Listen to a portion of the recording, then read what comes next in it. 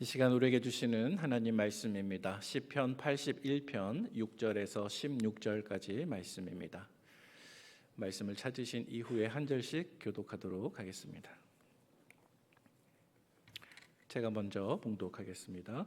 이르시되 내가 그의 어깨에서 짐을 벗기고 그의 손에서 광주리를 놓게 하였도다.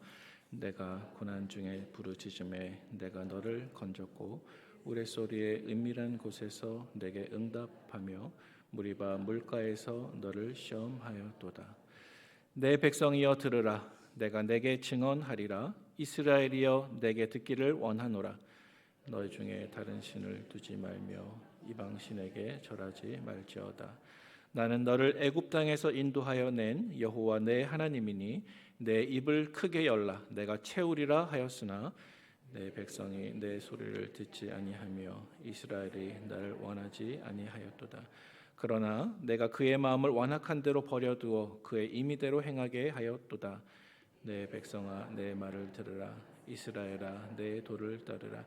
그리하면 내가 속히 그들의 원수를 누르고 내 손을 돌려 그들의 대적들을 치리니 여호와를 미워하는 자에게는 그에게 복종해야 할지라도 그들의 시대는 영원히 계속되리라. 함께 읽겠습니다. 또 내가 기름진 밀을 그들에게 먹이며 반석에서 나오는 꿀로 너를 만족하게 하리라 하셨도다. 아멘. 주일 예배 자리에 오신 우리 모든 성도님들을 예수님의 이름으로 환영하고 축복합니다. 오늘은 12월 25일 성탄일을 기다리며 맞이하는 기쁜 성탄 주일입니다. 우리 사랑하는 성도님들의 삶과 가정 속에 오직 아기 예수님의 탄생이 우리의 유일한 위로와 또 소망의 근거가 되는 오늘 복된 주일이 되시기를 주님의 이름으로 소망을 드립니다. 오늘 함께 시편 81편 말씀을 묵상하고자 합니다. 어떻게 보면 이 시편 81편 말씀은 성탄이라고 하는 주제와는 좀 거리가 멀어 보이기도 합니다.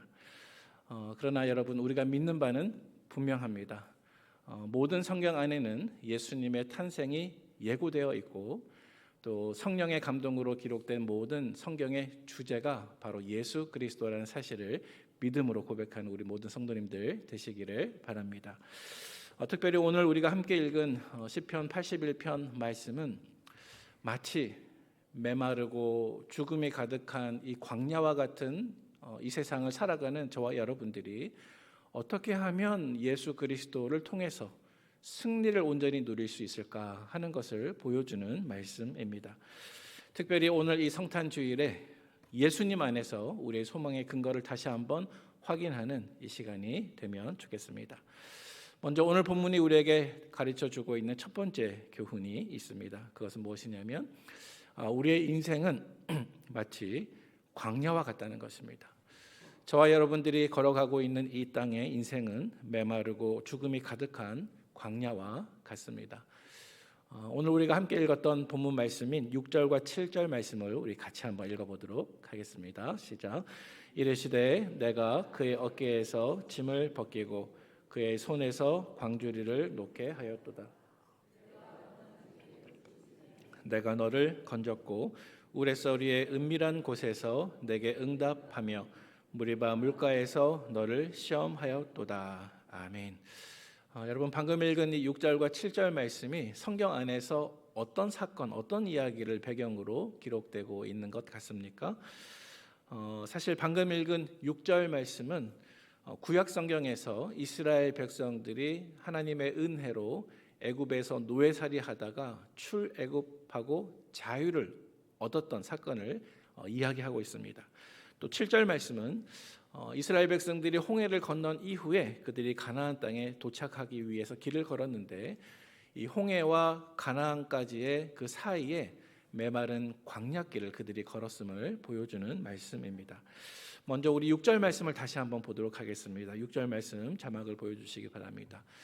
6절 말씀 보시면 이런 구절이 쓰여 있습니다. 내가 그의 어깨에서 짐을 벗기고. 여러분, 이 짐은 어떤 짐을 뜻하는 것일까요? 이 짐은 애굽에서 노예살이를 했던 이스라엘 남자들이 힘든 노예 생활을 할 때 그들의 어깨에 메었던 무거운 짐을 뜻하는 것입니다. 또 하반절 말씀에 보니까 이런 구절도 있습니다. 그의 손에서 광주리를 놓게 하였도다.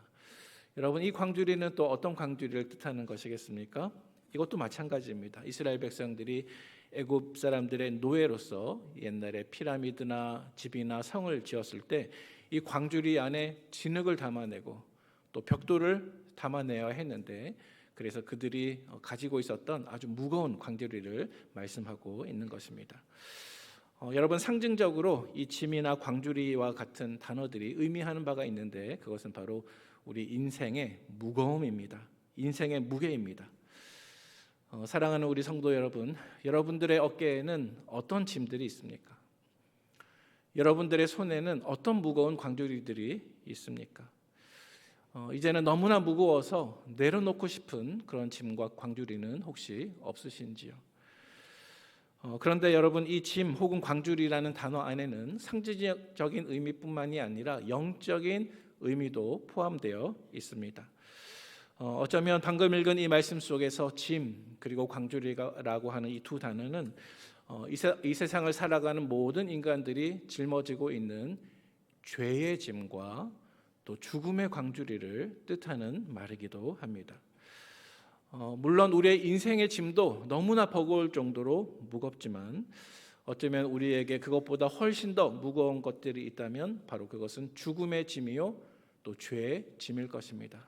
왜냐하면 인생의 짐은 때로는 내 힘으로 어떻게 해볼 수 있는 가능성도 있겠지만, 모든 인간이 짊어지고 있는 죽음의 짐, 또 죄의 짐은 우리 스스로의 힘으로 어떻게 해볼 수 있는 가능성이 아예 없기 때문에 그렇습니다. 다시 성경으로 돌아오도록 하겠습니다. 오늘 본문에 보니까 하나님께서는 이스라엘 백성들을 애굽의 노예 상태에서 모세를 통해서 출애굽하게 하심으로써 그들을 해방시켜 주시고 또 자유를 베풀어 주십니다. 마찬가지로 이 성탄 주일에 우리가 묵상할 수 있는 것은 하나님께서 마귀의 종, 죄의 종, 또 죽음의 노예인 상태인 저와 여러분들을 모세가 아니라 예수 그리스도를 통해서 구원받게 하시고 죄 용서받게 하셔서 우리를 죄의 강주리로부터, 죽음의 짐으로부터 풀어주신 분이 바로 성부 하나님이신 것을 이 시간 고백하며 하나님께 감사와 영광 올리시는 오늘 이 주일이 되시기를 축복합니다. 어쩌면 이것이야말로 성탄을 기다리며 소망하고 있는 이 성탄의 가장 큰 의미가 될 것입니다. 이제 7절 말씀을 한번 보도록 하겠습니다. 7절 말씀에 보니까 상반절 말씀에 이렇게 고백하고 있습니다. 내가 고난 중에 부르짖음에 내가 너를 건졌고 라고 말씀하고 있습니다. 여러분, 이것은 고난의 순간에 하나님께서 어떤 분으로 역사하셨는지를 기록하고 있는 말씀입니다. 이 상반절 말씀에 보니까 고난, 또 부르짖음과 같은 아주 절박한 단어들이 등장하고 있습니다. 여러분, 하나님께서는 우리가 도망칠 곳이 없는 상황 속에서 하나님께 부르짖을 때 우리에게 응답하시는 하나님이심을 확신하시기를 축복합니다. 내가 고난 중에 부르짖음에 내가 너를 건졌고 라고 말씀하십니다. 여러분, 그 다음에 어떤 구절이 또 등장하고 있습니까? 그 다음 구절에 보니까 우레소리의 은밀한 곳에서 라고 말씀하고 있는데요, 여러분, 여기 우레소리라고 하는 것은 하나님께서 임재하실 때 나타나는 현상을 뜻합니다. 하나님께서 우리 삶 속에 임재하시면 마치 우레소리와 같은 큰 권능으로 우리에게 임재하시는데, 그 다음 구절을 보면 은밀한 곳에서라고 말씀하고 있습니다. 하나님께서 우리의 삶 속에 임재하시지만 때로는 인간의 눈이 볼 수 없는 은밀한 곳에서도 하나님께서는 조용히 일하고 계십니다. 하나님께서는 침묵하고 계신 듯 조용히 계신 듯 보였지만 분명히 이스라엘 백성들의 고난의 부르짖음을 들으셨습니다. 그리고 응답하셨습니다. 그래서 그들을 출애굽하게 하셨습니다. 또 7절 마지막 하반절 말씀에 보니까 이런 구절도 있습니다. 무리바 물가에서 너를 시험하였도다. 여러분, 여기서 무리바라고 하는 단어가 나오는데요, 이 무리바의 뜻은 다툼이라고 하는 뜻입니다. 다툼. 그런데 이것은 사람들끼리 다투었다는 것이 아니라 이스라엘 백성들이 출애굽한 이후에 그들의 믿음이 식어지고 믿음이 떠나게 되어서 그들이 하나님과 다투었던 것을 뜻하는 것입니다. 구약 성경에서 이스라엘 백성들은 하나님의 은혜로 애굽 땅을 벗어나서 가나안 땅으로 향했습니다. 하지만 그들이 애굽 땅을 벗어났다고 해서 곧바로 축복의 땅이 기다리고 있었던 것은 아니었습니다. 그들은 가나안 땅까지 가야 했는데 그 가나안 땅까지 가는 여정 안에는 광야가 펼쳐져 있었습니다. 그리고 그 광야는 물이 없고 메마른 길이었습니다. 그런데 여러분, 성경 안에서 이 광야라고 하는 것은 아주 중요한 성경적인 주제 가운데 하나입니다. 이 광야에 대해서 꼭 기억할 한 가지 사실이 있는데, 그것은 마치 오늘날 우리 모든 성도들의 삶이 구약에서 이스라엘 백성들이 애굽에서 벗어나서 가나안까지 가기 위해서 걸어야만 했던 그 광야길이 바로 저와 여러분들의 인생길이라는 사실입니다. 애굽에서 구원받아서 가나안 땅까지 가는 것은 좋았으나 그들이 애굽에서 나감과 동시에 그들을 기다리고 있었던 것은 메마르고 또 죽음밖에 없었던 광야길이었습니다. 마찬가지로 저와 여러분들이 예수 그리스도를 믿고 죄에서 구원받아 천국까지 걸어가는 여정 가운데 우리 모든 성도들이 걸어가고 있지만, 어쩌면 우리가 구원받은 이후에도 걸어야 하는 이 광야길은 메마르고 죽음밖에 없는 그런 힘든 여정이 된다는 말씀입니다. 따라서 여러분, 이 광야라고 하는 것은 특별한 몇몇 사람들만 걷는 그러한 예외적인 구간이 아니라 모든 믿는 사람들이 너나 할 것 없이 믿음 안에 있으면 다 거쳐야 하고 또 걸어야 하는 죽음의 길이, 또 메마른 길이 이 광야라는 사실을 한 번 정도 우리의 마음속에 기억하면 좋겠습니다. 이 광야라고 하는 우리의 인생길은 우리가 천국에 갈 때까지 반드시 통과해야 하는 과정의 길입니다. 우리 모두는 광야길을 통과해야 해서 아버지의 나라로 들어가게 되는 것입니다. 비록 우리가 이스라엘 백성들과 같이 출애굽했으나 아직 가나안 땅에 도착한 것은 아니고 지금은 광야를 지나가고 있는 중입니다. 그런데 여러분, 성경 안에서 광야가 가지고 있는 한 가지 분명한 특징이 있습니다. 그것은 이 광야가 우리의 삶을 지탱해 줄 수 없다는 것입니다. 광야는 우리의 삶을 만족시킬 수 있는 무엇인가를 찾는 것이 불가능한 장소입니다. 여러분, 이것을 잊어서는 안 됩니다.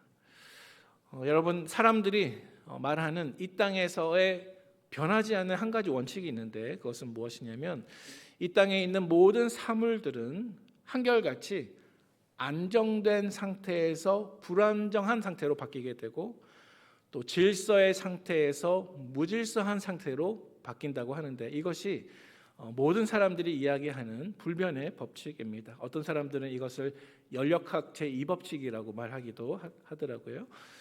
다시 말해서 이 땅에서 물이 한번 엎질러지면 그것을 다시 담을 수는 없습니다.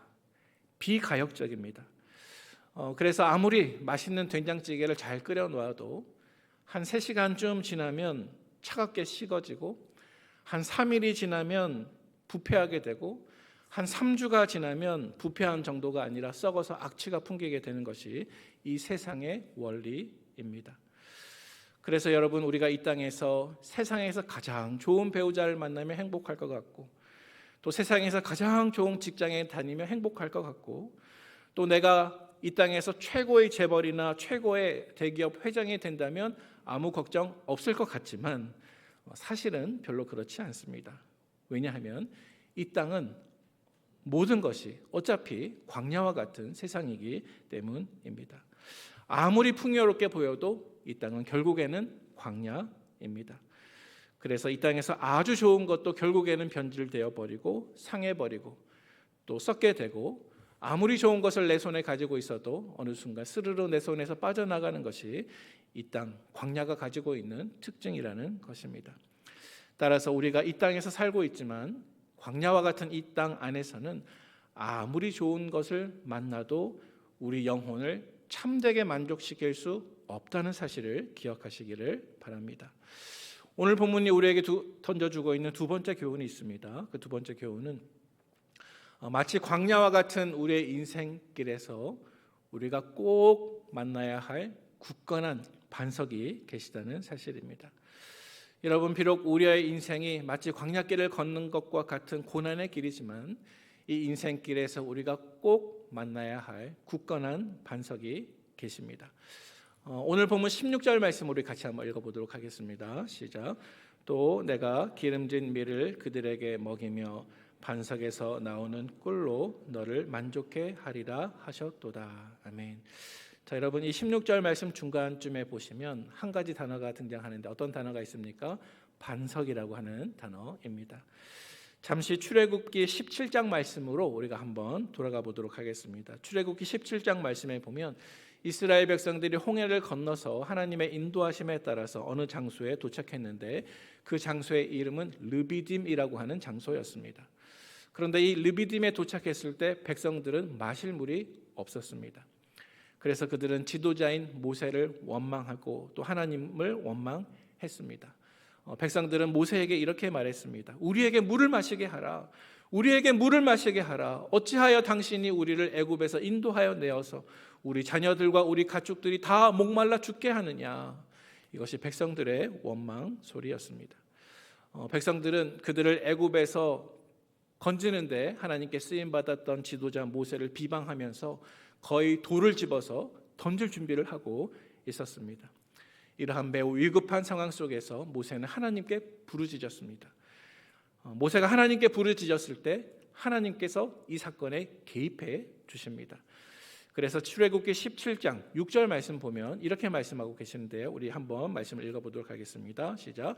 내가 호렙산에 있는 그 반석 위 거기서 내 앞에 서리니 너는 그 반석을 치라. 그것에서 물이 나오리니 백성이 마시리라. 아멘. 여러분, 어떤 일이 벌어지고 있습니까? 모세의 기도를 들으신 하나님께서 한 반석을 준비하셨습니다. 그리고 그 반석에서 물이 흘러나오는 은혜를 경험하게 하셨습니다. 여러분, 이 이야기가 우리에게 가르쳐주고 있는 교훈은 무엇이겠습니까? 그것은 이것입니다. 우리가 걸어가고 있는 이 광야길이 영적으로 또 실질적으로 아무리 결핍이 많고 아무리 고난이 많다 할지라도 우리가 걸어가고 있는 이 인생길 안에 마치 이스라엘 백성들이 그러했던 것처럼 이 인생길 안에 우리가 의지할 수 있는 굳건한 반석이 계시다는 사실입니다. 여러분, 이 반석이 누구일까요? 이 반석은 곧 하나님이십니다. 모세가 그렇게 고백하고 있습니다. 특별히 신명기 32장 3절과 4절 말씀 보니까 모세가 성경 안에서 하나님을 처음으로 주님은 나의 반석이십니다 라고 고백하는 부분이 등장하는데 우리 같이 한번 읽어보도록 하겠습니다. 시작. 내가 여호와의 이름을 전파하리니 너희는 우리 하나님께 위엄을 돌릴지어다. 그는 반석이시니 그가 하는 일이 완전하고 그의 모든 일이 정의롭고 진실하고 거짓이 없으신 하나님이시니 공의로우시고 바르시도다. 아멘. 여러분, 4절 말씀에 보니까 그는 반석이시니 그가 누구입니까? 바로 여호와 하나님을 뜻하는 것입니다. 다시 말해서 여호와 하나님이 우리의 반석이시니 아무리 이스라엘 백성들이 가나안 땅까지 가기 위해서 죽음과 메마름이 가득한 광야길을 걷는다 할지라도 무너지지 않고 흔들리지 않고 안전을 제공하며 의지할 수 있는 구원의 반석이신 하나님이 그 자리에 계시다는 사실입니다. 사랑하는 우리 북문의 성도 여러분, 저와 여러분들의 광야와 같은 인생길 안에서도 구원의 반석이신 하나님을 반드시 꼭 만나시는 은혜가 있으시기를 주님의 이름으로 축복합니다. 여러분, 이스라엘 백성들은 그들이 걷는 이 광야길 안에서 반석이신 하나님을 만날 수 있고 또 그 반석이신 하나님이 나의 모든 필요를 채워줄 수 있다는 사실을 잊어버렸습니다. 그래서 그들은 하나님을 신뢰하지 못했고 불신앙하며 순종하지 못했습니다. 사실 오늘 본문 7절 말씀 속에서 무리바라고 하는 뜻을 제가 다툼이라고 소개해 드렸는데요. 이 무리바라고 하는 뜻의 보다 정확한 의미는 이렇습니다. 하나님이 우리 가운데 계신가 안 계신가? 하나님이 우리 가운데 계신가 안 계신가? 백성들은 이 무리바 물가 앞에서 하나님을 시험하게 되었습니다. 그들은 하나님께서 그들이 걷는 광야길 안에 내가 의지할 수 있고 나의 필요를 채워줄 수 있는 하나님의 심을 불신앙했습니다. 그런데 여러분, 우리는 한 가지 사실을 반드시 기억하면 좋겠습니다. 저와 여러분들의 순종은 하나님께서 우리의 마음속에 있는 모든 갈증을 해소하고 해결하게 만들어 줄 수 있는 축복의 통로가 된다는 사실을 꼭 기억하면 좋겠습니다. 반대로 말하면 저와 여러분들의 불순종은 하나님께서 우리 마음속에 있는 갈증을 해결하게 하실 수 없게 만드는 가장 빠른 지름길이 된다는 사실을 기억하면 좋겠습니다. 사실 우리가 우리의 인생길 안에서 어떤 갈증을 만나게 되면 그 갈증을 내 스스로의 힘으로 채우기 위해서, 내 스스로의 힘으로 해결해 보기 위해서 노력하게 되는데, 그 과정 가운데 우리는 그만 하나님을 믿지 못하고 불순종하는 경우가 많이 있습니다. 하지만 우리가 이렇게 하나님께 불순종하게 되면 하나님께서 정말로 내 안의 갈증을 해결할 수 있기를 원하시지만 그것을 해결할 수 없도록 만드는 가장 빠른 지름길이 바로 그것이라는 사실을 잊지 마시기를 바랍니다. 인생의 갈증과 또 해결되지 않는 여러 가지 문제들 앞에서 내가 하나님을 믿지 못하고 불순종하는 것이 아니라, 때로는 시간이 더디고 때로는 인내의 시간이 필요한다 할지라도 내 마음속에 진정한 갈증과 진정한 만족을 주실 수 있는 분은 오직 하나님이심을 기억하면서 순종의 길로 걸어갈 수 있는 우리 북문의 성도님들 다 되시기를 축복합니다. 오늘 본문 말씀 속에서 특별히 10절 말씀에 하나님께서 이렇게 우리에게 말씀하고 있습니다. 우리 10절 말씀 같이 읽어보도록 하겠습니다. 시작. 나는 너를 애굽 땅에서 인도하여 낸 여호와 내 하나님이니 내 입을 크게 열라 내가 채우리라. 아멘. 여러분, 저를 한번 따라해 보시기 바랍니다. 내 입을 크게 열라 내가 채우리라. 내 입을 크게 열라 내가 채우리라. 여러분, 이 약속을 믿으십니까? 아멘. 인생의 메마른 죽음의 광야길에서 내 스스로의 힘으로 그것을 해결하려고 노력하기보다 우리가 하나님께 부르짖고 목마르고 갈증이 나도 다소간 인내하고 참으며 불순종의 길이 아니라 순종의 길로 가게 되면 하나님께서는 저와 여러분들의 삶 속에 분명히 이 약속을 이루어 주실 것입니다. 이 약속을 의지하면서 반석되신 하나님을 믿고 광야길 가운데 승리를 경험하는 우리 모두가 되기를 바랍니다. 마지막 세 번째로 오늘 본문 속에서 하나님께서는 우리에게 다음과 같은 교훈을 말씀해 주십니다. 우리 같이 한번 글자를 읽어보도록 하겠습니다. 시작. 광야와 같은 우리 인생길에서 기름진 밀과 같고 반석에서 나오는 꿀과 같은 예수 그리스도. 아멘. 마지막 세 번째로 오늘 본문은 말씀하고 있습니다. 비록 우리의 인생길이 광야와 같다 할지라도 우리가 반석 되신 하나님을 의지하게 되면 그 반석에서만 맛볼 수 있는 참된 음식이 있고 또 참된 음료가 있음을 말씀하고 있습니다. 우리 오늘 본문 16절 말씀을 다시 한번 봉독해 보면 좋겠습니다. 다시 한번 봉독하겠습니다. 시작. 또 내가 기름진 밀을 그들에게 먹이며 반석에서 나오는 꿀로 너를 만족하게 하리라 하셨도다. 아멘. 자, 여러분, 여기까지 우리가 말씀을 한 번만 정리해 보도록 하겠습니다. 여러분, 우리의 인생길은 마치 무엇과 같다고요? 광야와 같습니다. 하지만 그 인생길에서 우리가 무엇을 의지할 수 있다고요? 우리가 만날 수 있는 반석이신 하나님을 의지할 수가 있습니다. 자, 그런데 여러분, 이 16절 말씀에 이제 세 번째 교훈으로 우리가 인생길, 광야와 같은 인생길에서 만나는 그 반석에서 흘러나오는 특별한 음식과 특별한 음료가 있음을 말씀하고 있는데, 그것은 바로 기름진 밀과 또 반석에서 나오는 꿀이라고 말씀하고 있습니다. 여러분, 이 표현을 한번 주목해 보시기를 바랍니다. 기름진 밀 그리고 반석에서 나오는 꿀. 우리가 음식을 먹어도 다시 배고픈 부실한 밀이 아니고 우리가 그것을 마셔도 다시 목마르게 하는 그러한 부실한 물이 아니라 하나님께서는 저와 여러분들에게 조금 특별한 것을 주시기를 원하신다 말씀하고 있습니다. 그것은 바로 오늘 보면 16절에 기록되어 있는 것처럼 기름진 밀과 또 반석에서 나오는 꿀입니다. 여러분, 그렇다면 우리가 광야와 같은 인생길 안에서 굳건한 반석과 같은 하나님을 의지할 때 그 반석으로부터 흘러나오는 내 영혼과 내 인생의 가장 절실한 필요를 만족시킬 수 있는 이 기름진 밀과 이 기름진 반석에서 흘러나오는 꿀은 무엇을 뜻하는 것일까요? 여러분, 이것은 누구를 가리키는 것일까요? 예, 맞습니다. 특별히 팀 켈러 목사님은 이 구절을 해석하면서 이 기름진 밀과 반석에서 나오는 꿀은 바로 예수 그리스도이심을 말씀하고 있습니다. 여러분, 그 근거가 되는 말씀이 바로 고린도전서 10장 1절부터 4절까지 말씀인데요. 조금 길지만 우리 같이 한번 읽어보도록 하겠습니다. 시작. 형제들아, 나는 다 구름 아래 있고 바다 가운데로 지나며 모세에게 속하여 다 구름과 바다에서 세례를 받고 다 같은 신령한 음식을 먹으며 다 같은 신령한 음료를 마셨으니 이는 그들을 따르는 신령한 반석으로부터 마셨음에 그 반석은 곧 그리스도시라. 아멘. 여러분, 다시 오늘 본문으로 돌아오면 이스라엘 백성들이 목이 말라 모세를 원망했을 때 하나님께서는 모세에게 명령하셔서 호렙산 반석을 지팡이로 치라. 그러면 그 반석이 쪼개지고 그것으로부터 깊은 물이 흘러나올 것이다. 이렇게 말씀하고 있는데 여러분, 이 말씀 가운데 쪼개지는 이 반석이 바로 예수님의 깨어진 몸, 죽으심을 뜻하는 것입니다.